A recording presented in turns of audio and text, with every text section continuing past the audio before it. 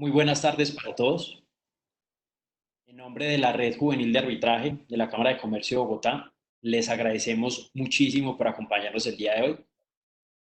Inicialmente quisiera extenderle un agradecimiento especial a nuestros panelistas e igualmente a cada uno de ustedes por acompañarnos hoy.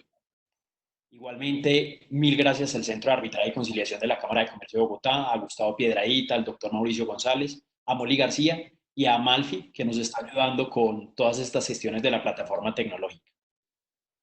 Les quiero contar para iniciar un poco de este proyecto. Este es un proyecto que surge por iniciativa de la Red de Arbitraje de Bogotá. Sin embargo, lo hemos venido construyendo también con la red de Bucaramanga, de Cali y de Medellín. Y la idea es que se vuelva un proyecto nacional en el que podamos colaborar para que el arbitraje en todo el país tenga un gran desarrollo. Y elegimos en particular este tema de arbitraje y otros online dispute resolution en relación con consumo y comercio electrónico, porque creemos que esto va a tener un enorme desarrollo debido a esta contingencia y por eso invitamos a estos panelistas que son expertos y que seguramente nos van a dar un maravilloso evento. Entonces, a continuación, Isabel Arboleda va a presentar a los panelistas y damos inicio a el webinar. Muchas gracias. Bueno, buenas tardes a todos. Una vez más, bienvenidos y gracias por participar en esta iniciativa. Mi nombre es Isabel Arboleda, soy presidente de la Red Juvenil de Arbitraje del Centro de Conciliación, Arbitraje y Amigable Composición de la Cámara de Comercio de Cali. Les anuncio que esta charla virtual será grabada para fines académicos y de divulgación en redes sociales. Para esta versión de Tools for Arbitration contaremos con la presencia de 3 ponentes y una moderadora, todos con amplia experiencia en el temario de este evento. Iniciaremos con Hugo Rodríguez, abogado de la Pontificia Universidad Javeriana, especialista en propiedad industrial, derechos de autor y nuevas tecnologías de la información y comunicación de la Universidad Externado Colombia. Hugo es magíster en Derecho con énfasis en Derecho Comercial de la Universidad Pontificia Bolivariana. Tiene un certificado internacional como Legal Project Practitioner. Actualmente es decano de la Escuela de Derecho y Ciencias Políticas de la Universidad Pontificia Bolivariana, seccional Bucaramanga. Y es el gerente general de Volante Estudio Jurídico, compañía de asesoría jurídica dedicada a la consultoría de litigio en asuntos relacionados con comercio electrónico, propiedad intelectual y derecho de la privacidad.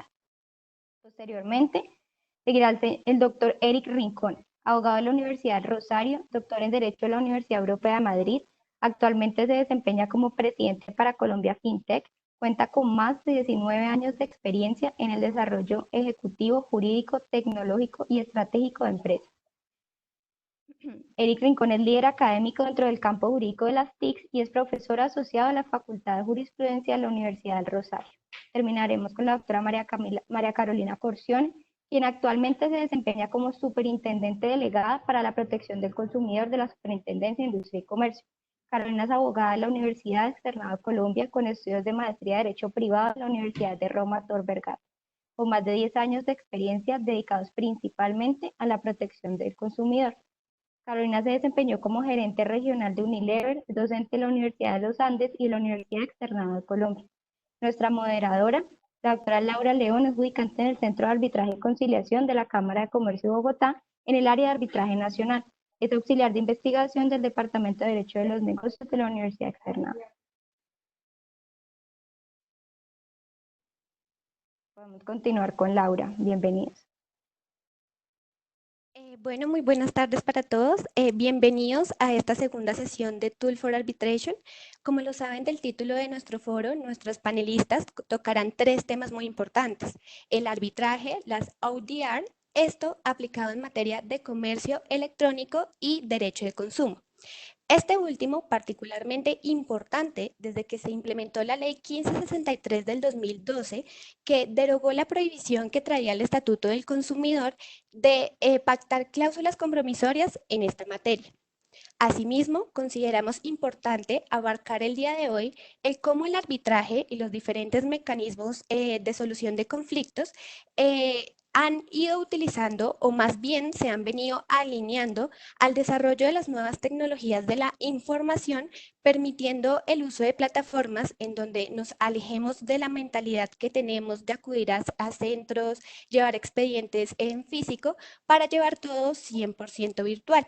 Estas plataformas a nivel mundial nos han permitido resolver controversias en materia de comercio electrónico y transacciones de consumo.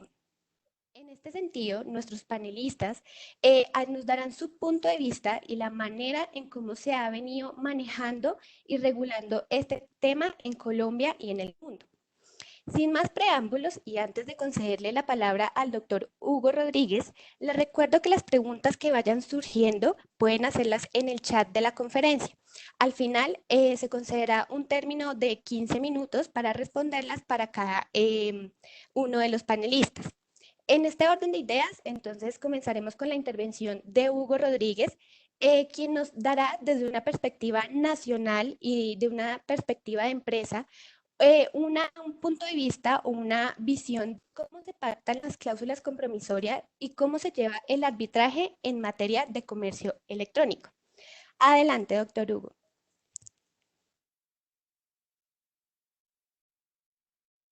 Bueno, pues buenas tardes a todos. Muchísimas gracias, Isabel. Pues iniciar dándole gracias a la Cámara de Comercio de Bogotá, la Cámara de Comercio de Cali, a la Red Santanderiana de Arbitraje Juvenil, la Red de Juvenil de Arbitraje. Realmente a todos los organizadores, muchas gracias por permitirme participar de este evento, por invitarme. Les pido por favor que me confirmen si ya están viendo la pantalla. Sí, yo sí. Perfecto. Entonces, vamos a orientar la presentación desde, precisamente como nos decía Isabel, cómo pactar una cláusula compromisoria. Si bien vamos a estar hablando de comercio electrónico en particular, mi presentación está orientada desde el punto de vista del comercio electrónico y el consumo en particular, excluyendo otras figuras de comercio electrónico en donde muy probablemente varias de las cosas, o no muy probablemente, muchas de las cosas que vaya a decir no apliquen por el tipo de contratos y por el tipo de relación que se genera entre dichas partes, incluyendo la protección que se les da. En esa medida, la presentación se denomina cómo pactar una cláusula compromisoria en un e-commerce, y precisamente para iniciar acerca de cómo se da este tipo de pacto, tenemos que referirnos un poco a lo que es el decreto 1069, que compiló precisamente el decreto 1829. Como nos está hablando ahorita Isabel, en un principio, en el tema de consumo, cuando uno va a revisar ese estatuto del consumo anterior al estatuto de arbitraje, nos encontramos con esta prohibición que se daba en razón de lo que es pactar cláusulas compromisorias, y en su momento tal vez era entendible en el sentido de la obligación que se le puede generar al consumidor como parte débil de la relación precisamente para llevar a cabo este tipo de acuerdos, pero rápidamente fue superado, sobre todo con la evolución que se presenta en arbitraje, precisamente con el estatuto arbitral, y nos encontramos que es posteriormente por la vía de decreto, que es una de las circunstancias que a muchas personas les causa cierto inconveniente, en el sentido de cómo a través precisamente de este tipo de norma se establece una modalidad de arbitraje. Y particularmente lo que se estableció, pues es una modalidad de arbitraje que podríamos denominar nosotros arbitraje express, y que nos refiere a una cláusula de opción donde verdaderamente, inclusive desde el decreto, nos vamos a mirar que es una técnica que está prevista en la norma desde inicios del siglo XX, es decir, de una de las referencias, si bien sale en el 2013 con el decreto 1829, vamos a una norma de 1918 que nos empieza a hablar de la opción. Y la forma que se establece es esa precisamente porque cuando nosotros estamos hablando en temas de consumo y estamos vinculados directamente a lo que es pactar una justicia, un mecanismo antes llamados mecanismos alternativos de solución de conflictos, en este caso el arbitraje o mecanismos de resolución de conflictos, pues precisamente lo que se buscaba es que esa posibilidad que se da en este caso, atendiendo a las condiciones, siento yo, de cómo estaba desarrollado el comercio electrónico en el año 2013, pues la expectativa verdaderamente es la de un arbitraje tradicional frente al comercio electrónico, y aun cuando se definen ciertos elementos muy particulares de lo que sería un arbitraje express, ya en un momento en las diapositivas vamos a ver ciertas críticas de temas que tal vez no fueron previstos porque no se tiene en cuenta cómo se desarrolla precisamente ese elemento. Entonces, en principio señalamos dentro de la diapositiva cómo se ve que lo que tenemos nosotros cuando en este caso se va a proponer el pacto arbitral es la cláusula de opción o la oferta de realizar ese pacto arbitral, pero mediante la opción que tiene el consumidor en este caso, bajo las mismas condiciones que establece todo el estatuto de consumo, plenamente informada para que la persona por separado y sin que se condicione esa compra, entonces opte por aceptar o por no aceptar ese pacto arbitral. Esto entonces de una vez nos da unos presupuestos que son los que establece la norma y que verdaderamente es donde nosotros encontramos muy poco desarrollo, porque inclusive si uno va a mirar en nuestro país particularmente, no encuentra una reglamentación adecuada en los establecimientos de comercio virtuales que nosotros encontramos para promover precisamente esta norma, y mucho menos en los centros de arbitraje reconocidos.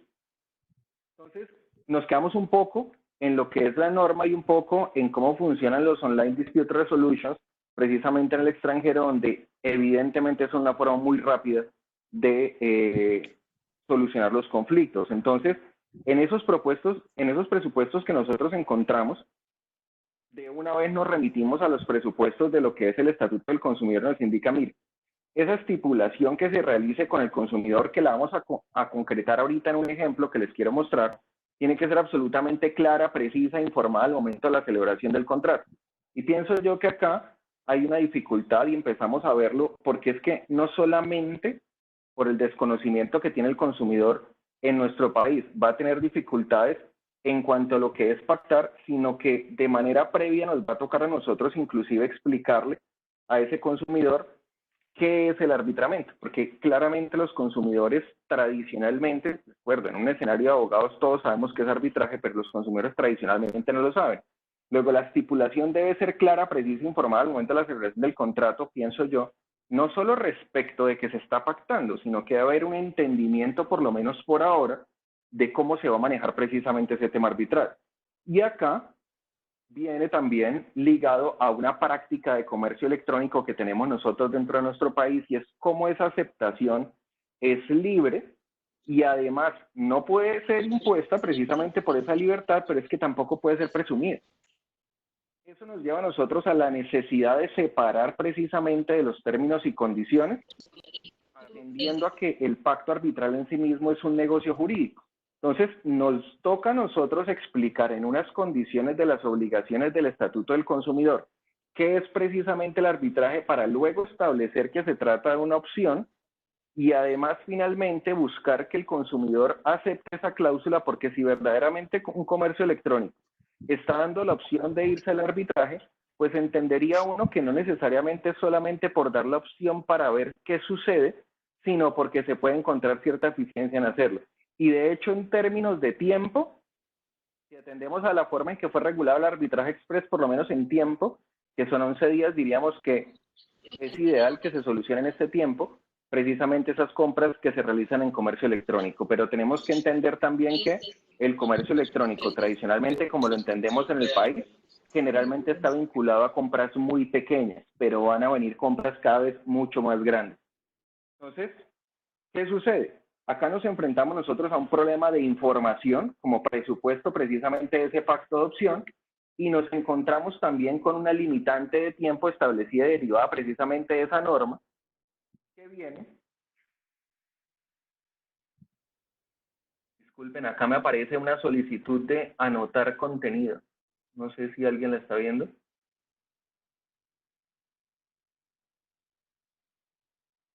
No. No, a mí no me aparece, pero te estamos viendo la pantalla sin problema. Vale. Disculpen entonces, no sé qué. Tranquilo.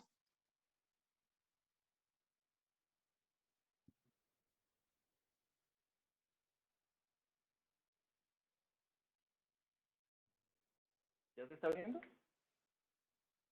Listo. Sí, perfecto. Entonces decía que traemos precisamente ese año que nos tiene predispuesto la norma y que vamos nosotros a tener que establecer, evidentemente, vamos a tener que jugar con ese término dependiendo del tipo de relación jurídica a la que nosotros estemos hablando, que se dio en virtud del consumo.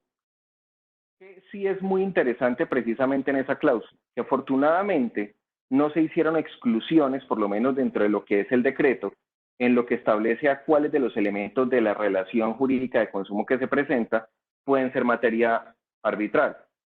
Es importante que sí tengamos en cuenta que evidentemente cuando nos referimos a normas de consumo, pues el Estatuto del Consumidor establece unas normas de orden público respecto de las cuales nosotros no podremos pactar en contra. Entonces, si bien son susceptibles de ser llevadas al arbitramiento esas normas, pues precisamente como el arbitramiento presupone la posibilidad de disponer de ciertos derechos que se tienen, es claro que verdaderamente no todo lo que corresponde a la relación de consumo podrá llevarse, precisamente porque hay circunstancias respecto de las cuales no podría disponerse en razón del tipo de negocio que se realiza. Si eso es así, y entendemos nosotros entonces en lo que se propone, que se trata de una cláusula de opción, que tiene que además ser entonces pactada por separado, viene el tema de cómo yo debo pactar precisamente esa cláusula para efectos de que verdaderamente el consumidor tenga acceso. Y a mí me gusta ser muy práctico en este tipo de explicaciones, porque muchas veces, digamos que no se concreta directamente en cómo vendría a funcionar.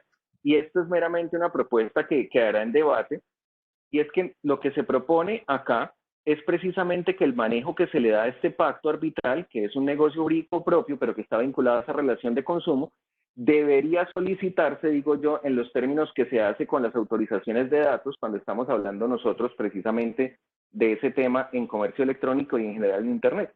Si ustedes observan lo que son las resoluciones de la Superintendencia de Industria y Comercio, cada vez en protección de datos personales, nos piden ser mucho más claros y hacer esa solicitud de autorización siendo claros específicamente en cuál es la finalidad, quién es el que está haciendo el tratamiento de datos, y debe ir separada específicamente esa autorización, porque es que puede ser que yo quiera entender cuáles son las finalidades y con base en ello, no solamente quiera, sino que tengo derecho con base en ello, pueda entonces definir si me voy a matricular o me voy a inscribir, o en este caso voy a adquirir un bien o servicio. Como acá lo que nos dice a nosotros la norma es precisamente que tiene que ser concomitante ese pacto precisamente al negocio jurídico de consumo, en ese mismo momento es que nosotros tenemos que hacer la solicitud de esa cláusula arbitral. Y es por eso entonces que la propuesta que se hace es que por lo menos si lo viéramos nosotros físicamente, yo propondría que se haga la solicitud y la exigencia que hicieran, por ejemplo, cuando se va a verificar la aceptación, es si el consumidor tuvo conocimiento directo de la cláusula, y conociendo directamente esa cláusula o ese pacto arbitral mejor, decidió aceptarlo. Porque también, recordemos que precisamente por tratarse de un arbitraje específico para cláusulas de adición, nos permite la posibilidad de rechazarlo sin necesidad de rechazar el contrato. Luego, la forma idónea sería precisamente incluirlo en esos formularios de registro donde la persona establecería si acepta o no. Y vienen acá entonces unas condiciones que también nos aplican específicamente, y es donde creo que tenemos que concatenar con la ley 527, porque debemos encontrarnos que si se deriva entonces de mi aceptación el positivo de que aplique ese pacto arbitral, tendremos entonces nosotros que concluir que tiene que guardarse evidencia de esa aceptación en unas condiciones de integridad y autenticidad. Tienen que estar vinculadas directamente a mí como consumidor, y tiene que estar clarísimo que es inmodificable ese pacto que se hizo, porque si no, y como vienen ahorita las críticas, porque mostraremos un ejemplo de cláusula arbitral, lo que podría terminar sucediendo es que si no está garantizada la integridad de ese mensaje de datos, pues el temor que se me presenta a mí es si mi contraparte modifica el texto o las condiciones en que fue pactado el pacto arbitral, valga la redundancia. Evidentemente, la forma de aceptación vendría a estar vinculada a alguna de esas formas de aceptación que están derivadas de la ley 527 del 99, que pues, si bien no es el tema, podemos decir que puede ser cualquier tipo de firmado electrónico o digital, siendo mucho más propenso a mi parte a que sea un tipo de firmado electrónico que nos permite, en virtud del principio de neutralidad tecnológica, simplemente garantizando la confiabilidad de la tecnología, poder llegar a un modelo de aceptación precisamente de ese pacto arbitral, esto que aplica de forma transversal a una aceptación de términos y a una autorización de tratamiento de datos personales. Si se dan cuenta, la propuesta que se concreta entonces en lo que estaba señalando, nos da a nosotros para que en el formulario que yo tengo a la parte izquierda de la diapositiva, no se encuentre ese pacto arbitral como tradicionalmente se haría entre los términos y condiciones que vendría a ser el clausulado general que debería estar sujeto a aceptación, sino que se diera por aparte porque se le está poniendo precisamente de presente, en este caso al sujeto, en este caso al consumidor, si desea o no vincularse en su relación de consumo, además que a la solicitud precisamente o a la posibilidad de resolver esos conflictos por la vía arbitral.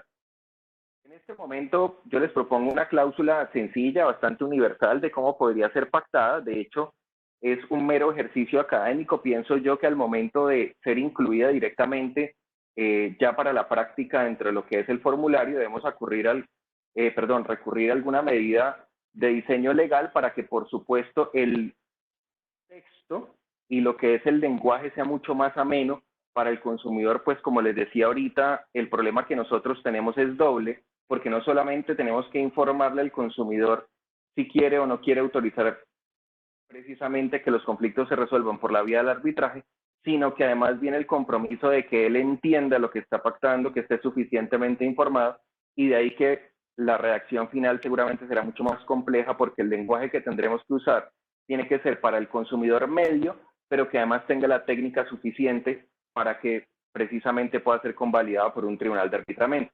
Y acá vienen entonces las circunstancias que se derivan. Si la propuesta es incluirlo en formularios de registro de forma separada, primero tenemos una limitación de espacio, que si bien eso en principio no le afecta al derecho, sí le afecta a los comerciantes como tal. Luego nosotros como asesor tenemos que ser capaces de mediar para que esté la información suficiente para recaudar la información, pero que a su turno de pronto no motive a los consumidores a que huyan de esta figura que, como ya decíamos, puede ser mucho más eficiente en términos de velocidad de la solución de conflictos, así como también podrá hacerlo de especialidad.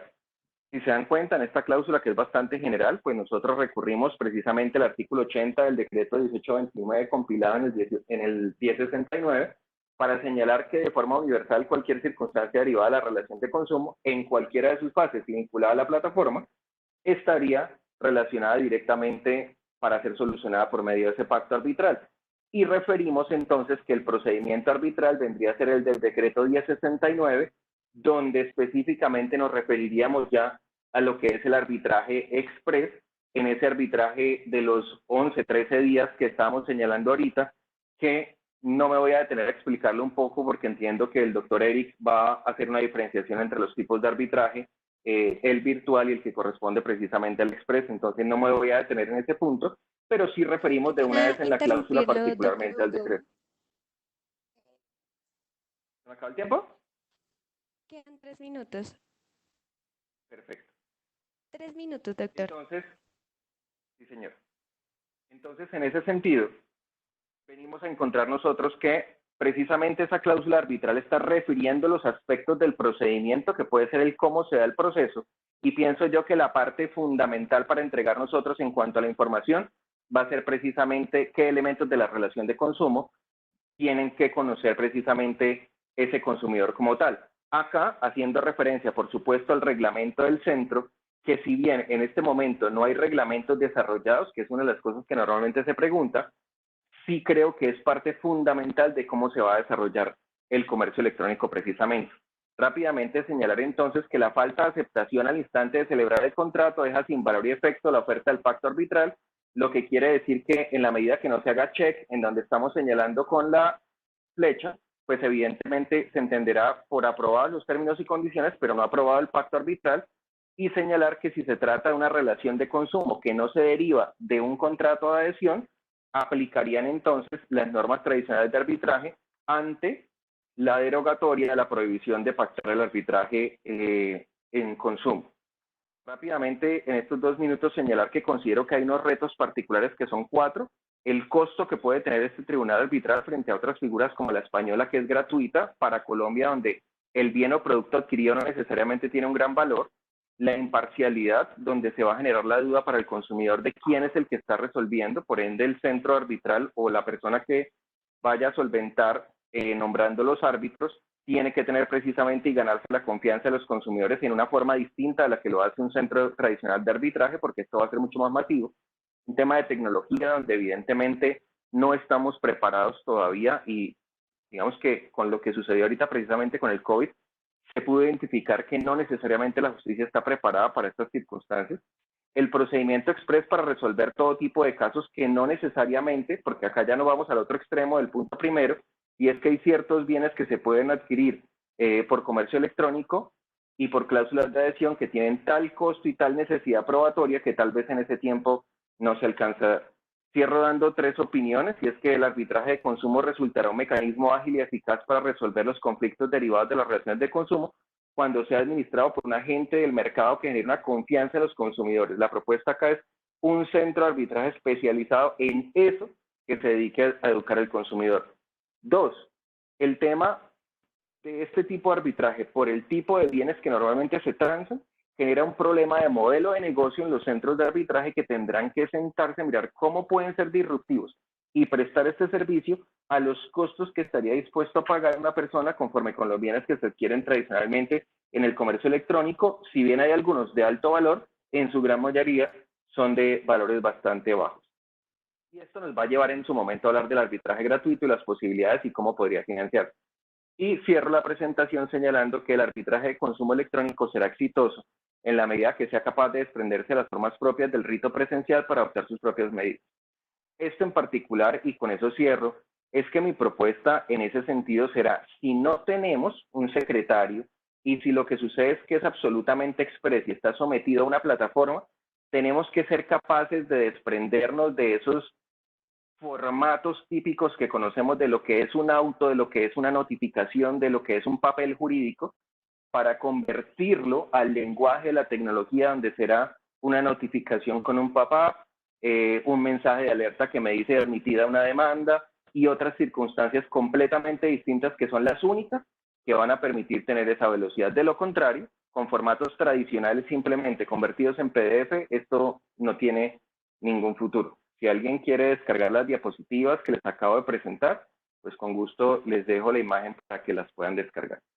Muchas gracias, Isabel. Qué pena, me pasé 2 minutos, creo. Si eran 3 los que me dijiste, me pasé 2. Tranquilo, doctor. Muchas gracias por su intervención. Ahora daremos paso al doctor Eric Rincón, que nos hablará de los antecedentes de las Online Dispute Resolution y las diferencias que existen entre el arbitraje por medios tecnológicos y el arbitraje virtual. Adelante, doctor Eric.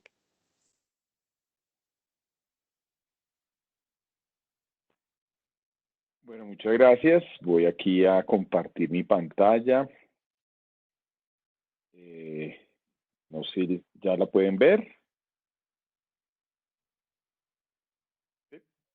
Se está cargando, Eric. Se está cargando, aparece la pantalla en negro, pero parece que está cargando. Muchas gracias.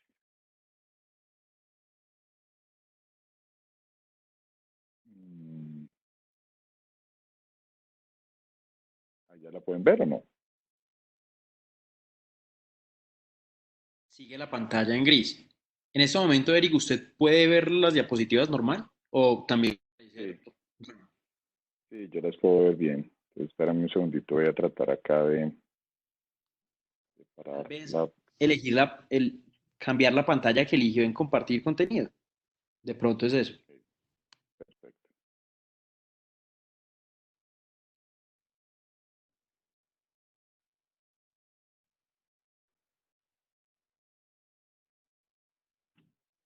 Ahora sí se ve perfecto.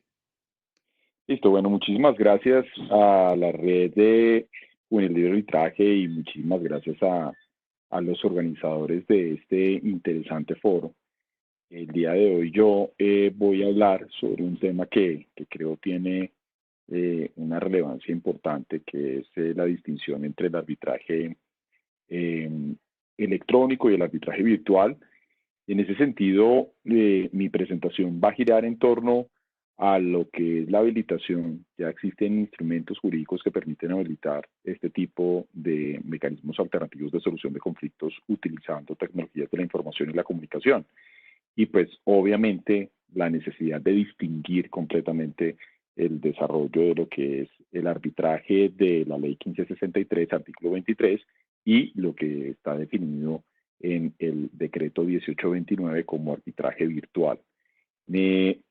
Para revisar el punto, pues es básicamente, es importante tener en cuenta que hay una norma que es el gran habilitante normativo para el uso de las tecnologías con cualquier propósito jurídico, que es la Ley 527 de 1999. Esta ley desarrolla un principio que es muy importante a efectos de este tipo de implementaciones, como es el principio de la equivalencia funcional. Y la equivalencia funcional tiene básicamente 4 importantes manifestaciones. Por un lado, Está el equivalente de escritura, que nos permite establecer que cuando cualquier norma, cualquiera del ordenamiento jurídico colombiano, exija o requiera que algo conste por escrito, ese requisito de escritura se puede satisfacer a través de un mensaje de datos siempre y cuando esa información sea susceptible de posterior consulta. Y vean ustedes que allí se da la oportunidad de hablar de un documento electrónico. Es decir, el documento electrónico tiene plena eficacia jurídica y probatoria a partir del artículo 6º que permite el equivalente de escritura. Y hoy en día documento electrónico podría estar contenido no solamente en un procesador de texto, que es como la forma clásica que nosotros los abogados vemos alrededor del tema, sino que adicionalmente, y esto es importante tenerlo en cuenta, puede haber un documento electrónico en una grabación en video, en una grabación de audio, siempre y cuando garantice esa posterior consulta o disponibilidad electrónica en el tiempo. Y aquí hay algo que es muy necesario enfatizar, y es que la gestión documental electrónica, es decir, la preservación documental de esos mensajes o de esa información a lo largo del tiempo resultan fundamental para otorgarle validez a la información electrónica. El segundo es el equivalente de original, que en medios electrónicos originales es equivalente a integridad y por lo tanto será necesario revisar diferentes medidas tecnológicas que permitan dar por satisfecho el atributo de integridad, que es un atributo de seguridad técnica y jurídica que se puede lograr a través de estructuras de cifrado, de estructuras de sellos digitales de tiempo, la inclusión de algoritmos o de funciones matemáticas como la función hash, en fin, existen diferentes alternativas tecnológicas para lograr la integridad por medios electrónicos y ese es el equivalente de integridad. La firma, que es, digamos así, uno de los grandes referentes culturales en materia jurídica acá en Colombia, la firma puede tener como expresión equivalente en medios electrónicos la denominada firma electrónica, y esa firma electrónica pues puede tener diferentes ejemplos. Por ejemplo, pues una manifestación de firma electrónica puede ser un one-time password o los denominados OTPs, que son esas claves dinámicas que entregan hoy en día muchos bancos a sus clientes. Esas claves dinámicas permiten realizar operaciones a través de lo que podríamos denominar mecanismos de autenticación fuertes. Incluso en alguna reglamentación reciente, la Superintendencia Financiera ha señalado que esos mecanismos tienen una especial validez en Colombia para el desarrollo de operaciones financieras por medios electrónicos. Pero firmas electrónicas pueden ser incluso contraseñas seguras, autenticación biométrica que permita la verificación de algunos rasgos biométricos de las personas, puede llegar a ser un modelo de firmado electrónico, siempre y cuando, y ya eso se encuentra definido en el decreto 2364 del año 2012, incorporado al decreto único reglamentario en materia de comercio, siempre y cuando el mecanismo permita verificar las condiciones de autenticidad e integridad del mensaje de datos donde se incorpora. Y finalmente, el equivalente de archivo y conservación, que si tengo documento electrónico, que el documento electrónico ya sabemos tiene validez jurídica y probatoria, ese documento electrónico puede llegar a ser consultado, verificado a través de estructuras de archivo electrónico, y ese archivo electrónico en efecto es completamente válido en Colombia, en un fenómeno que puede llegar a ser de desmaterialización, que es cuando yo tengo un documento físico y lo transformo en un documento electrónico, es decir, escaneo la información física y la transformo en un JPG, en un .tif, un .gif, un .pdf, o en mi concepto del modelo hacia el que debe ir buena parte de los trámites y procedimientos en nuestra sociedad, sobre todo como consecuencia de el distanciamiento social y la situación que vivimos como consecuencia de la crisis sanitaria, que es la inmaterialización. Inmaterializar significa crear flujos documentales electrónicos de principio a fin que me permitan desarrollar una operación de manera completa. Y esto, básicamente, ¿cómo se puede verificar? Inmaterializar o llevar a medios electrónicos una operación implica primero un análisis del proceso físico, cómo lo desarrollo hoy en día en el paso a paso desde el punto de vista de la gestión del proceso. Si ustedes ven el flujograma de la parte izquierda, pues podría ser el flujo físico de un trámite, de una operación, y a partir de ese flujo lo que se va a hacer es revisar en cada uno de los pasos cómo se va a presentar las diferentes manifestaciones de equivalencia funcional, la de escritura, el de original, el de firma y el de archivo de conservación, definiendo de esa forma el tema jurídico, es decir, rompiendo cualquier tipo de objeción jurídica que exista alrededor del tema, y llevando ya, cuando tenga yo certeza sobre el uso de los medios electrónicos desde el punto de vista jurídico, llegando a lo que sería un análisis electrónico del proceso, la descripción del flujo electrónico, que implica 3 grandes mantras o principios, básicamente automatizar, racionalizar y simplificar la operación. Automatizar, hacerla más sencilla hacia adentro con un consumo inteligente de los datos y tener clarísimo que lo que estamos nosotros ahora administrando son más datos que documentos, sobre todo si los flujos son completamente electrónicos. 2, racionalizar, que se hagan menos pasos. Y 3, simplificar la operación, es decir, hacerla más sencilla en la experiencia del usuario final de ese flujo electrónico de proceso. Y esto todo sustentado en una arquitectura tecnológica y unos sistemas de información que deben estar claramente definidos en una organización. Por decirlo, un ejemplo, el Centro de Arbitraje y Conciliación de la Cámara de Comercio de Bogotá tiene desde hace muchos años un sistema denominado CIMASC, y el CIMASC, el Centro de Arbitraje y Conciliación de la Cámara, por supuesto, ya tiene una descripción de flujos que permite inmaterializar parte de los procesos o los procedimientos que se desarrollan en el centro. Cada uno de esos pasos del flujo electrónico los analizamos a nivel de riesgos propios de la información electrónica, como son el riesgo de suplantación de identidad, el riesgo de alteración de la información, el riesgo de ausencia de disponibilidad, el riesgo de ausencia de confidencialidad, y con eso yo establezco si el riesgo tiene una probabilidad y un impacto grande para determinar si el riesgo es mayor, si es menor o si es un riesgo moderado. A partir de ese análisis de riesgos defino cuál es la medida tecnológica a utilizar y bueno, ese es el proceso de inmaterialización. Así es como deberíamos llegar a la consecución de un procedimiento arbitral por medios electrónicos o eventualmente incluso de un arbitraje virtual.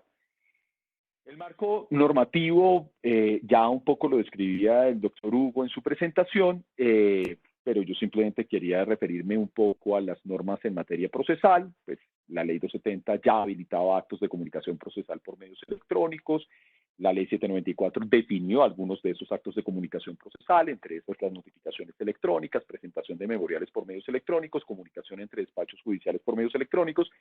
Y yo me diría que el actual estado del denominado arbitraje por medios electrónicos, el artículo 23 de la ley 1563, está orientado sobre todo a esos actos de comunicación procesal por medios electrónicos. No a un arbitraje montado sobre una plataforma virtual, sino más bien a un arbitraje que utilice medios electrónicos para el desarrollo de algunos actos de comunicación. No es que todo esté allá montado, sino que, por ejemplo, el expediente se maneja de manera híbrida. Yo tengo la posibilidad de notificar por medios electrónicos, pero incluso muchos secretarios lo que hacen es reciben el correo electrónico, lo imprimen y lo acompañan en el expediente que guardan en el respectivo centro de arbitraje. Entonces, la ley 794 del 2003 ya nos marcaba una reforma al Código de Procedimiento Civil de su momento, nos marcaba lo que eran actos de comunicación procesal electrónicos. Después vienen pues, los acuerdos, como el 3436 de la Sala Administrativa, donde se decía cómo se podían desarrollar esos actos, el reglamento sobre uso de firmas digitales. La firma digital es una de las modalidades de firma electrónica, y yo como el doctor Hugo estoy de acuerdo en que lo que se debe hablar es tal vez más de uso de firmas electrónicas que de firmas digitales en estricto sentido. Sin embargo, hasta el año 2012 era claro en la legislación colombiana, no existía todavía el decreto 2364, entonces, pues como no se definían unos parámetros objetivos para analizar las firmas electrónicas, se utilizaban mucho las firmas digitales. A partir de ese año se ha comenzado a masificar mucho la firma electrónica e incluso hoy en día la DIAN, en la relación contribuyente-Estado, utiliza firmas electrónicas. Y finalmente el tema de la ley 1564, que pues, es el Código General del Proceso y hay una habilitación general por el uso de medios electrónicos. Se habla incluso de una presunción de autenticidad de los mensajes de datos, que permite de alguna manera coincidir con la presunción de autenticidad de los documentos también cartulares. Entonces, pues obviamente si se trata de un documento electrónico también gozará de una presunción de autenticidad. Y eso nos lleva a que la ley 1563, ya aquí un poquito desarrollando esto y finalizando la presentación, la ley 1563 habla del proceso o de lo que podríamos denominar el arbitraje por medios electrónicos. Y nos dice que el arbitraje por medios electrónicos es perfectamente posible, hay una habilitación general, se habla de la inalterabilidad del derecho preexistente desde el punto de vista de que se aplican las mismas normas al procedimiento a través de medios electrónicos que lo que se aplicaba al medio físico convencional. Nos habla de unas reglas de comunicación electrónica y esas reglas de comunicación electrónica en el caso de la notificación tienen una contradicción con el artículo 20 y 21 de la ley 527 y es que dice que la notificación transmitida por medios electrónicos se considera recibida el día en que se envió. Es un error, claramente, que fue modificado y que fue corregido en el decreto 1829. El 1829 sí lo dice bien, y es que solamente se entiende recibida la información electrónica cuando hay acuse de recibo, que es lo que exige la ley 527 en el artículo 20, pero aquí pareciera que existiera cierta contradicción porque pues nos habla del momento del envío, tema que generaría gran inseguridad jurídica, sobre todo para quien es notificado. Nos habla además de la telepresencia, que es aplicable prácticamente para todo, de los requisitos, algunos requisitos de evidencia digital, como por ejemplo la necesidad de garantizar que los mecanismos o los recursos tecnológicos sean idóneos, confiables y seguros, y habla mucho de la seguridad, y esa seguridad está definida básicamente en unos atributos que son autenticidad, integridad y disponibilidad de la información, y adicionalmente nos habla que es deber de los centros, y es el deber de los centros proveer esos mecanismos que deben ser idóneos, confiables y seguros. Eso nos dice la ley 1563 y así es como se ha venido desarrollando el arbitraje por medios electrónicos. Ustedes ven que hay un gran uso de la telepresencia, las audiencias se realizan de manera virtual, los centros de arbitraje han venido desarrollando sistemas de información bastante robustos como el CIMASC, los que tiene la Cámara de Comercio de Medellín, la Cámara de Cali, y los centros de arbitraje más grandes del país ya han venido sistematizando su operación a partir del 1563. Incluso desde antes del 1563 o de la ley 1563 y del artículo 23 existía ya un importante desarrollo en varios de esos centros de arbitraje. Algo interesante es que el decreto 1829 nos habla de un arbitraje virtual, un arbitraje que tiene unas condiciones especiales, nos habla del uso de plataformas o sistemas de información que nos van llevando un poco más hacia la línea del ODR.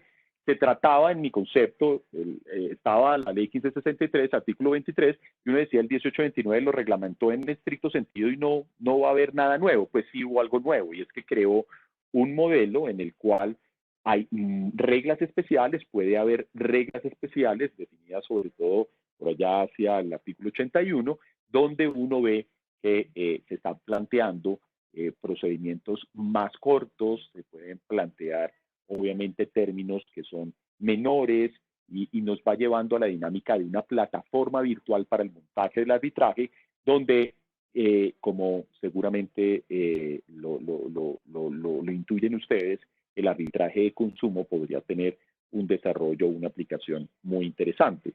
Ese arbitraje por medios electrónicos y el arbitraje virtual pues parecen distintos. O sea, el arbitraje por medios electrónicos utiliza las reglas de la 1563, mientras que en el 1829 se definieron hacia el final unas reglas que son mucho más, donde hay términos más cortos, donde el comportamiento de las partes se supone que debe ser un poco más simplificado, donde todo el arbitraje funciona al interior de una plataforma tecnológica y pues hasta el momento pues no hay un desarrollo de arbitraje virtual, lamentablemente. Uno podría decir que esas reglas especiales pueden parecerse más al escenario de lo que hace muchos años fueron los paneles de arbitramiento o los paneles definidos en los paneles de arbitramiento de la política de resolución de disputas entre marcas y nombres de dominio, pero pues aún no hay arbitraje virtual en Colombia y este es una verdadera pena porque en situaciones como la en que nos encontramos podrían ser un vehículo muy interesante para dirimir conflictos sin necesidad de acudir a la presencialidad o a ciertos mecanismos que pueden llegar a ser más dilatados, en fin. Y yo coincido en eso con la preocupación del doctor Hugo y con los 4 aspectos que él señalaba en su muy interesante presentación. Esa era mi presentación, un poco yendo hacia lo que debe ser el arbitraje que utilice medios electrónicos, distinguir las figuras que se encuentran contempladas en la legislación colombiana. Es claro que en Colombia ya hay un arbitraje por medios electrónicos que es muy activo y que además de eso se ha venido habilitando especialmente a partir de la pandemia por los diferentes centros de arbitraje y conciliación, pero también es claro que nosotros estamos en mora de darle aplicación a las diferentes alternativas creadas en el mismo decreto 1829 y pues los centros de arbitraje ahí seguramente tendrán que trabajar rápidamente para ofrecer ese tipo de servicio. Muchísimas gracias. Muchas gracias, doctor Eric. Ahora daremos paso a la doctora Carolina Corcione, quien nos hablará cómo se ha desarrollado el arbitraje en materia de consumo en Colombia, la validez de las cláusulas compromisorias en esta materia, en las relaciones de consumo, y cómo se ha dado la protección al consumidor mediante estas herramientas de ODR. Adelante, Carolina. Buenas tardes. ¿Me oyen? Sí, señora. Escuchamos. Ah, bueno, perfecto. ¿Y están viendo mi pantalla o aún no? Ya, ahora sí. Ahora sí. Presentación con diapositivas desde el principio. Bueno, buenas tardes a todos los que están conectados el día de hoy. Muchísimas gracias a los organizadores por este espacio. Y empiezo con un poco del panorama, ¿qué es esto? Perdón, que me aparece de solicitud de anotación. Dice que durante la anotación no puede controlar el contenido compartido hasta que detenga la anotación. Creo que es lo mismo que le pasó ahora a Hugo, doctora Cortés, pero vemos las diapositivas bien. Pero voy a rechazar entonces esa solicitud. Listo. Bueno, Laura plantea un interrogante o un punto de partida de la discusión es, bueno, ¿cómo se desarrollaba el arbitraje de consumo en Colombia? Y uno podría ser muy crudo y decir, pues no se ha desarrollado. Si uno revisa las cifras, si va y pregunta en las cámaras de comercio, los centros de arbitraje y conciliación, oiga, ¿qué cifras tiene arbitraje de consumo en aplicación de las normas propias del arbitraje de consumo? Podría decir que no hay cifras a reportar. Entonces, y es una verdadera tristeza porque sí es un mecanismo bastante ágil que daría muchas luces. Lo primero que trae el arbitraje de consumo es la determinación de la relación de consumo. Y ahí ya tenemos la primera dificultad. ¿Qué es una relación de consumo?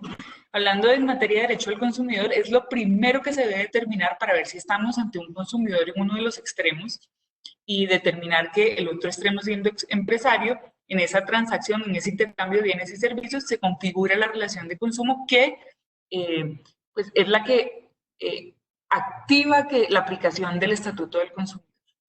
Es lo primero. ¿Y quién es consumidor? Bueno, entonces entramos a otra discusión. Consumidor, toda persona natural o jurídica, ¿cierto? Que adquiera, utilice, disfrute un bien o un servicio para satisfacer una necesidad propia, familiar, doméstica, empresarial, siempre y cuando este bien o este servicio no esté intrínsecamente ligado a su actividad económica o no lo incorpore a un proceso productivo. Entonces, vemos nosotros que cada vez más esta distinción de la relación de consumo plantea esa dificultad de determinación de quiénes son los extremos y si efectivamente uno de los extremos es considerado está en una posición asimétrica y merece una protección especial. Ahora, otro de los conceptos que debemos tener en cuenta es el de los contratos de adhesión, que son típicos en las relaciones de consumo, por el dinamismo del comercio, por cuán masivas son las transacciones hoy en día, y más si traemos el comercio electrónico. Los contratos de adhesión son el vehículo perfecto para la cantidad de transacciones que cada segundo se están se están materializando, se están ejecutando, se están perfeccionando. Y llegamos entonces a que en esos contratos de adhesión, por su propia naturaleza, ¿qué es lo que tiene que hacer el consumidor en el extremo, en su extremo? Pues simplemente adhiere o no a un contenido que ha sido predispuesto por una de las partes, por el empresario.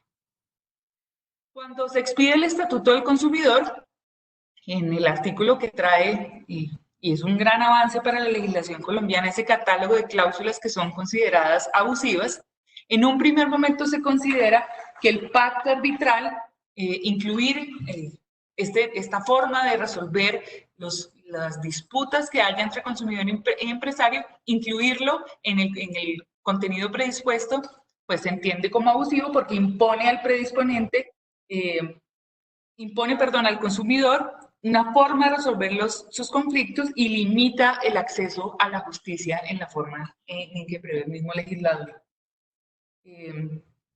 Por la misma naturaleza que no logra ser ampliamente discutida, porque el consumidor siempre se entendió el consumidor como ese sujeto débil que no entiende, ¿sí?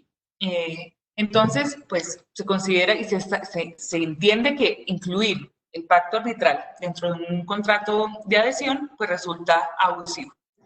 Posteriormente cambia, se elimina esa connotación de abusividad, de una cláusula abusiva de esta naturaleza, y pues ya los anteriores colegas que han conversado han dicho, bueno, y viene posteriormente la ley 563, en 1563, y luego el decreto 1829, y pues dan luces y dicen, no, sí se puede incluir. Se puede incluir de una forma en particular. En los contratos de adhesión usted podrá incluir la opción, ¿cierto? Pero creo que si le hago la pregunta a todos los que están aquí hoy conectados, jóvenes, estudiantes, académicos activos, la definición de la opción como una oferta, ¿cierto? La opción de acudir ante unos árbitros para resolver el problema es una figura de una complejidad jurídica bastante alta. ¿La opción de qué? ¿Cierto? ¿Cómo le hago a entender al consumidor que puede, de aceptar esta opción, acudir a un mecanismo u otro para resolver los problemas y que si no la acepta hay determinadas consecuencias? Para un grupo de abogados que superan el consumidor medio que se enfrenta a esto, resulta clarísimo. Pero para el consumidor que celebra estos contratos de adhesión y que si uno le pregunta a un psicólogo del consumo cuántos leen los términos de los contratos de adhesión, aun cuando el mismo Estatuto del Consumidor de las pautas para que la información se dé de manera clara, que esté clausulado, sea conocido, es muy difícil que el consumidor entienda esta opción que se trae dentro de la figura del arbitraje de consumo, ¿cierto? Esta es una apreciación personal, creo que es una figura jurídicamente compleja. La opción como tal funge como una oferta que se hace al consumidor, ¿sí? Y él tiene una facultad de aceptarla o no, que si guarda silencio hay unas consecuencias. Entonces, pues si bien se celebra que ya por lo menos se abra un espacio para el arbitraje incluido en los contratos de adhesión, que es un avance para resolver las controversias de los consumidores y los empresarios, pues resulta todavía siendo una figura de complejo entendimiento. Pero ¿qué opciones habría si no está la opción como, si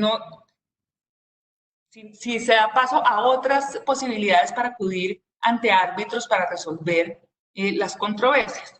Pues si uno revisa la doctrina, dice, pues hay varias opciones. Póngale al consumidor a firmar un formulario separado al contrato donde dé su consentimiento expreso que declara conocer la opción. Que declara conocer que en ese contrato de adhesión existe esta figura. Bueno, listo. Entonces ahí ya tengo el consentimiento de que él supo y entendió. Que resulte práctico para las transacciones del comercio electrónico, que resulte costoso probablemente, pero me aseguro de tener el consentimiento del consumidor y su conocimiento frente a lo que implica tener esa opción en el contrato. Una opción también que resulta un poco más aventada desde mi perspectiva, pero posible, ¿cierto? Es acudir a la figura del pacto arbitral tácito. ¿Sí? Si cualquiera de las partes invoca la existencia de este pacto y la contraparte no lo niega, pues se entiende que este existe y y la controversia puede ser dirimida por los árbitros. Esta opción también está presente. Entonces tengo la opción dentro del contrato de adhesión o no incluyo la opción dentro del contrato de adhesión, o le digo al consumidor, tengo estas opciones y me devuelvo un momento. Tengo la opción, la puedo incluir, la opción dentro del contrato de adhesión, pero si quiero cerciorarme de su conocimiento, puedo hacer que el consumidor firme un formulario por aparte en donde diga que conoce y entiende los efectos de esta opción dentro del contrato de adhesión. O no incluyo la opción, tampoco un formulario por aparte, separado, y simplemente acudo al pacto arbitral tácito. Creo que esta es una opción arriesgada, pero posible, ¿sí? Y la última opción, que es una opción bastante ortodoxa, es celebrar un compromiso, ¿cierto? Una vez se presente la controversia entre el empresario y el consumidor. Todas estas opciones son académicas, porque hasta el momento de la Delegatura de Protección al Consumidor, pues investigaciones que se hayan adelantado por falta de claridad, transparencia o información del pacto arbitral o la presencia de una cláusula considerada abusiva por la redacción frente al acceso a la justicia al momento de resolver una controversia, no hemos tenido. Son opciones que se plantean dentro de hipótesis de supuestos hipotéticos que se pueden presentar en caso de que los contratos de adhesión la opción no resulte clara. ¿Qué podría terminar sugiriendo uno? Pues incluya la opción, ¿cierto? Pero además cerciórese celebrando un compromiso en el momento en que el consumidor tenga usted una controversia con el consumidor. Así quedan blindados ambas partes del conocimiento expreso de esa forma de resolver los problemas sin que se entienda o se suponga el consentimiento del consumidor, cosa que sería, ahí está la abusividad de cualquier cláusula, donde uno asume que alguien dio su consentimiento y no lo ha hecho de manera expresa. Pero todo lo que estoy diciendo termina en una discusión, como les digo, académica. Porque ¿qué es lo que ocurre? Pues, y ahí José y los muchachos que están en la red de cámaras, pues si me corrigen, no hay cifras de arbitraje de consumo, y es un arbitraje, si uno revisa los artículos 80 y 81, son bellísimos, rapidísimos, ¿sí? Supera, o sea, si en el mundo real pudiera uno resolver las controversias de esta manera, el trabajo de cualquier autoridad y de cualquier juez, pues sería, no tendría la carga que traen las relaciones de consumo, que son miles de millones de relaciones de consumo al día. Ante este panorama, entonces, si uno pregunta por las cifras, ante el desconocimiento también y la falta de aplicación del arbitraje de consumo, vamos al mundo real, a lo que hay hoy y qué alternativas tiene un consumidor para resolver sus controversias. ¿Y qué tenemos? Tenemos pues que existe la acción de protección al consumidor, que un consumidor luego de haber efectuado una reclamación directa puede presentar una demanda ante un juez ordinario o ante la Delegatura de Asuntos Jurisdiccionales de la Superintendencia de Industria y Comercio. Puede hacerlo sin tener un abogado si sus pretensiones no superan los 40 salarios mínimos legales mensuales vigentes. Incluso puede presentar esta demanda en línea, de diligencia el formato, y aquí no tengo las herramientas ni el conocimiento para distinguir entre lo virtual y lo electrónico, como bien lo hacía Erika anteriormente, pero aquí sé que el formulario se puede diligenciar en línea e inicia el proceso ante la Superintendencia de Industria y Comercio. Pero vamos a ver los números, ¿cierto? Entonces, paso a la siguiente diapositiva. No puedo pasar. Ya. Revisando con la delegada para asuntos jurisdiccionales, me comenta que en el 2019 se recibieron 51.841 demandas en ejercicio de protección al consumidor. Un número que ha ido creciendo pues, significativamente con el paso de los años, pero una demanda, un proceso por rápido que sea, tarda un año. ¿Sí? Un año por la lavadora, un año por la licuadora, un año por el computador que se me dañó.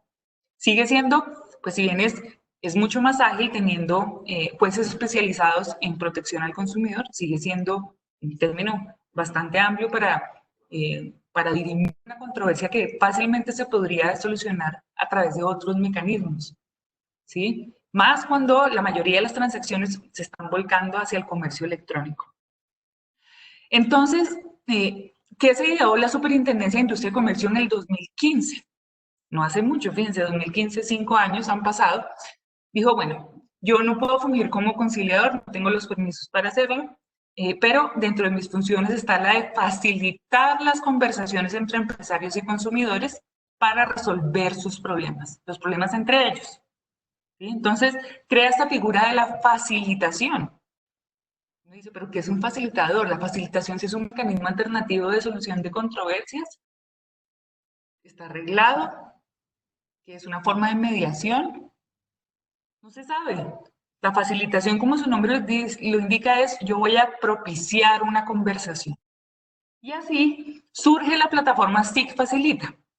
Esta plataforma es una plataforma de facilitación en línea donde voluntariamente los empresarios que quieran buscar esta agilidad para resolver sus problemas y no desgastarse en lo judicial, se inscriben y los consumidores que tengan alguna controversia con ese empresario contarán con un espacio en línea para resolver los problemas que tengan con ese empresario, en presencia de la Superintendencia de Industria y Comercio como facilitador del diálogo. Lo que se busca es que las partes lleguen a un acuerdo, ¿sí? Que ese acuerdo quede consignado en una transacción y no se dé lugar o no se inicie un proceso judicial que podría terminar desgastando a las partes. Del 2015 al 2020 se han recibido 87.617 reclamaciones, de las cuales, y solo en 2019 se recibieron 28.845, y ni les digo lo que ha ocurrido con ocasión de la pandemia. Son cifras que superan y desbordan cualquier normalidad en el comportamiento de las reclamaciones. Aquí lo interesante es que resulta ver que de esas 87.000 reclamaciones recibidas, 59.79% fueron cerradas con acuerdos entre los empresarios que voluntariamente se han inscrito y pues resuelven los problemas de esta manera. Obviamente, quien se inscribe a esta plataforma y acude a resolver los problemas debe tener la facultad de poder decidir resolver el problema. No es simplemente tener un call center ahí, un pelado que atienda la llamada, oriente, sino una persona que tenga la capacidad de decidir y comprometer al empresario. De estas reclamaciones, el 47% provienen de la capital, el 16% vienen de Antioquia, el 9.54% del Valle del Cauca y el resto están repartidos por todos los departamentos restantes. Y si uno se pone a mirar, el motivo de las reclamaciones coincide también con el motivo por el cual los consumidores demandan y no acuden a este mecanismo, que es la efectividad de la garantía. Tengo un problema de calidad, hago la reclamación para que se haga la reparación, el cambio o la devolución del dinero, y el empresario o guarda silencio o lo que me responde no es satisfactorio, entonces insisto. Y coincide plenamente con lo que ocurre con las pretensiones más comunes tratándose de presentación de las demandas en ejercicio de protección al consumidor. Y aquí, como dato, quien más recibe reclamaciones es un operador de telefonía móvil, no solamente por los servicios de telefonía, sino también por las terminales móviles, por los equipos.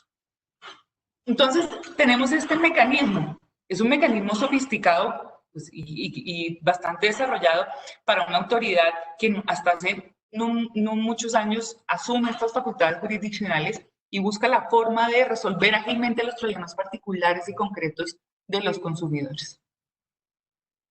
Esta plataforma, señora, alguien que me habló, pero bueno, continuaré. Ahora, ¿qué novedades se han introducido en la plataforma en el 2019 y el ocurrido 2020? En el 2019 se incluye en la plataforma SIC Facilita telecomunicaciones, en donde se busca resolver con mayor agilidad las reclamaciones tratándose de la prestación de servicios de Internet y telefonía. Y posteriormente, en lo ocurrido este año, se suman los prestadores de servicios postales, donde el consumidor ágilmente va a poder empezar a resolver esos problemas y así no se desgasta agotando toda la vía entre operador con segunda instancia y la superintendencia, sino que en esa plataforma se habilita o se especializa un sector en las telecomunicaciones. Adicionalmente, y con ocasión de la pandemia y los beneficios que la Comisión de Regulación de Comunicaciones ha otorgado a los usuarios, tratándose de telefonía e internet, se habilitó, en SIC facilita dentro de la plataforma, es decir, la plataforma dentro de la plataforma, se habilitó una sección de beneficios COVID-19, se denomina así, donde estos usuarios que crean tener beneficios que han sido negados por los operadores pueden dialogar directamente con los operadores sin tener que acudir a la autoridad y esperar una respuesta de ella. Entonces, yo personalmente considero que SIC facilita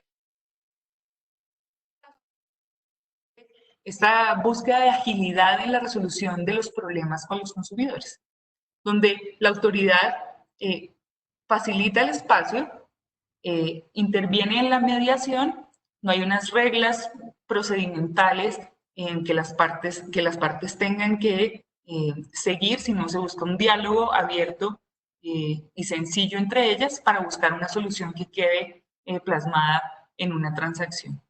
Eso es lo que tenemos hoy en día. Entonces, vean ustedes, y con eso recapitulo, que si bien el arbitraje de consumo existe, que si bien el pacto arbitral se puede incluir en los contratos de adhesión, ¿cierto? Con esta opción que trae, que se regula en el decreto, que si bien hay opciones en que para darle al consumidor mayor claridad que esa es la forma en que las partes han acordado resolver sus controversias, las demandas que se siguen presentando son muy altas y considero esto porque hay un desconocimiento total de estas normas de arbitraje de consumo.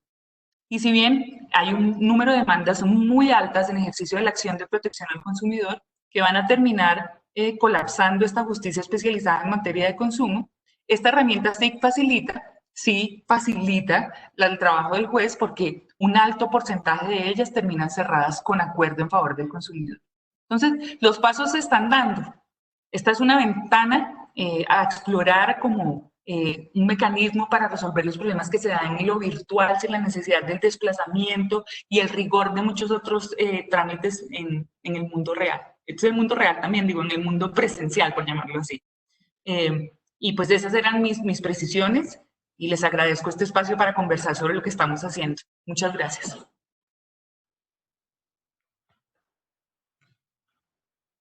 Muchas gracias a todos los panelistas por sus intervenciones. El público ha generado unas preguntas, se las haré a cada uno de los panelistas, puesto que están dirigidas conforme a su intervención.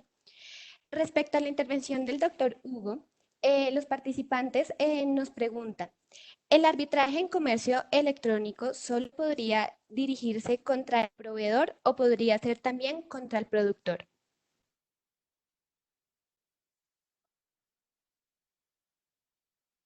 Bueno, esa pregunta es complicada porque básicamente lo que están preguntando es como derivado del Estatuto del Consumo viene la protección del consumidor frente a todas las participantes de la línea.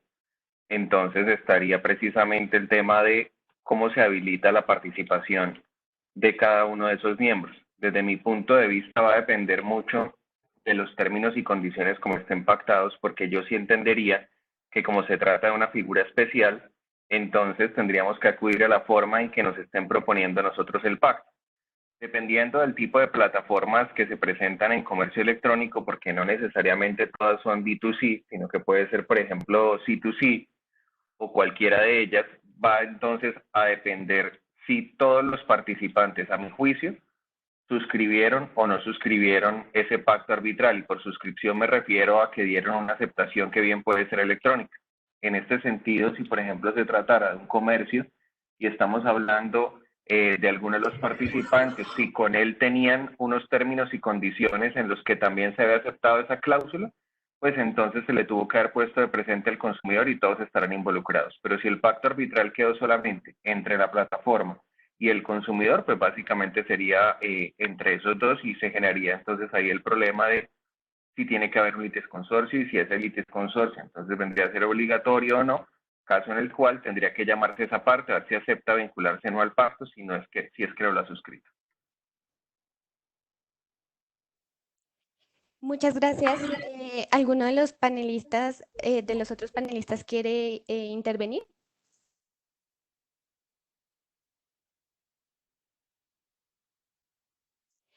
Bueno, veo que no, entonces procederemos a la siguiente pregunta que va dirigida al doctor Eric. Doctor Eric, ¿es posible pensar en ODR que desarrollen la fase de mediación sin intervención humana, con auxilio incluso de la inteligencia artificial. A esta misma pregunta yo le agrego, doctor, existen diferentes plataformas como lo es Samba, como lo es Cleros. ¿Estas plataformas han cumplido o el fin por el cual fueron creadas?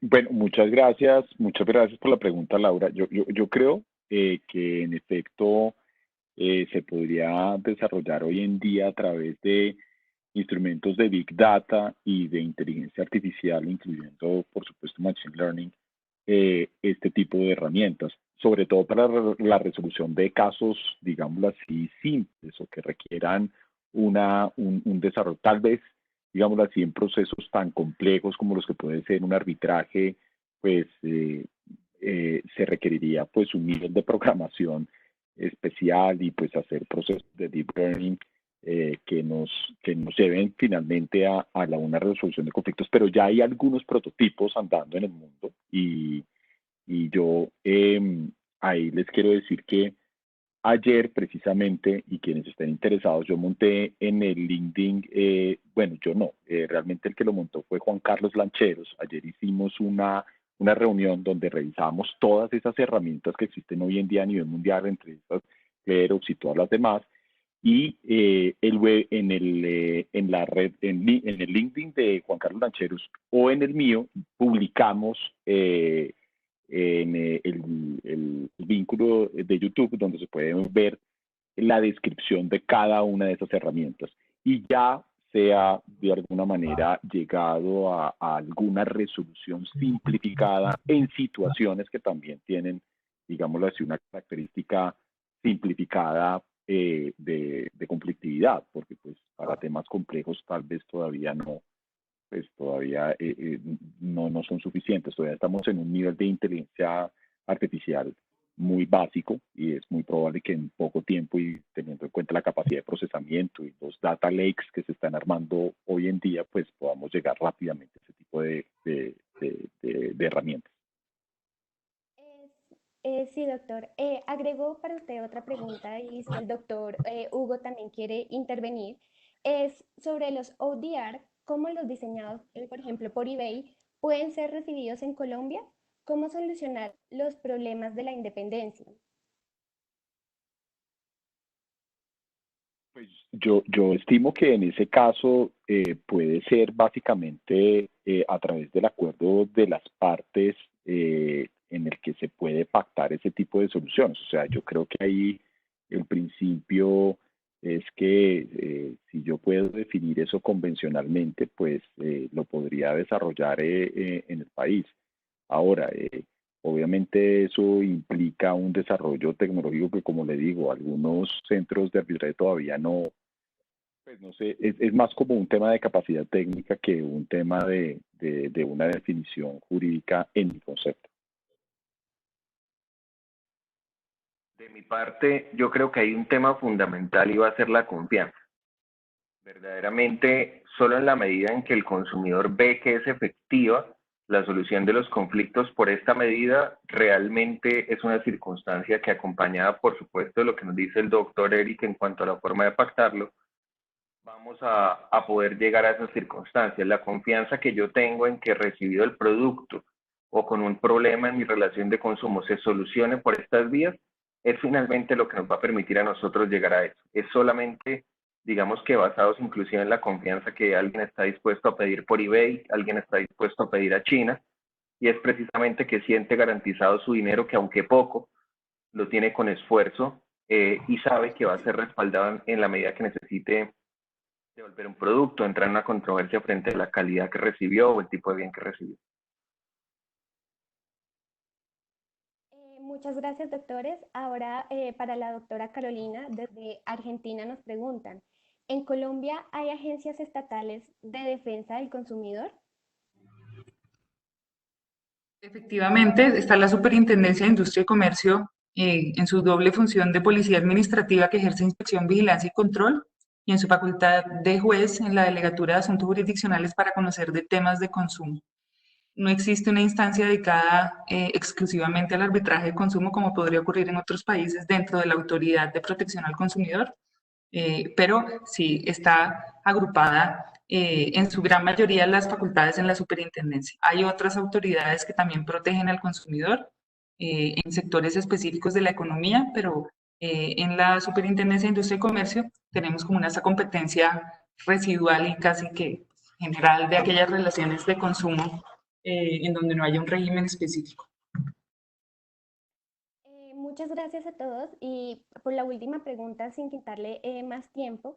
El día de ayer, pues Colombia entró oficialmente como 37 al lado de beneficios trae para materia de comercio electrónico y de consumo el hecho de formar parte de esta organización. Esta pregunta es general para cualquiera que me la quiera responder. Yo si quieres que...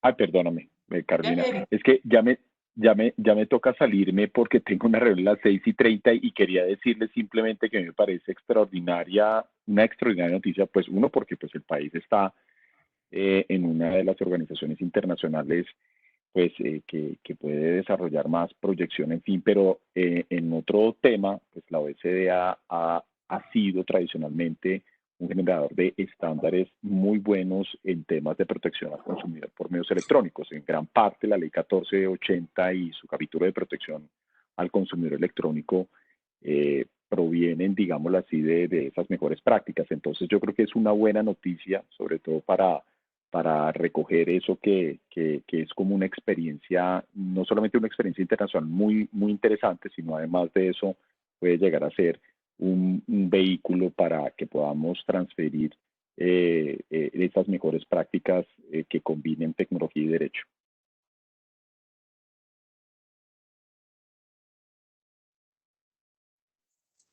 Muchas gracias, doctor Eric. Si alguno de los otros panelistas quiere intervenir. Yo, Laura, no puedo estar más de acuerdo con Eric, es un gran paso para la protección. En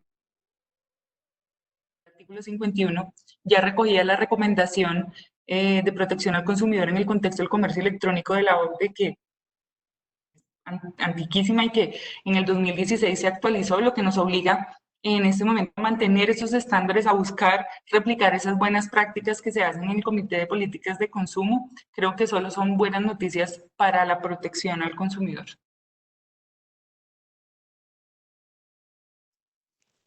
Muchas gracias, doctora Carolina.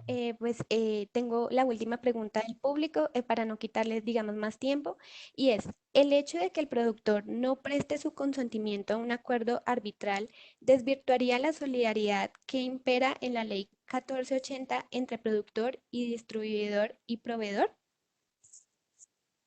Creería que no, esta solidaridad no se puede desconocer en los derechos donde se consagra la responsabilidad solidaria en toda la cadena. O sea, no creo que la pueda desvirtuar bajo ninguna premisa esa solidaridad en temas de productos defectuosos, en temas de garantía por calidad. No, no creería.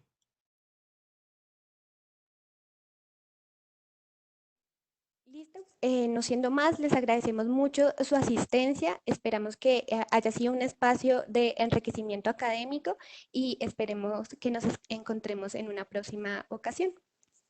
Muchas gracias por esta invitación. Muy útil el diálogo y bienvenido siempre. Muchas gracias por la invitación. Saludos a los panelistas, que estén muy bien. Hasta luego. No, muchísimas gracias a todos, que les vaya muy bien y esperamos volvernos a encontrar en otros espacios. Que les vaya muy bien. Hasta luego. Gracias, hasta luego.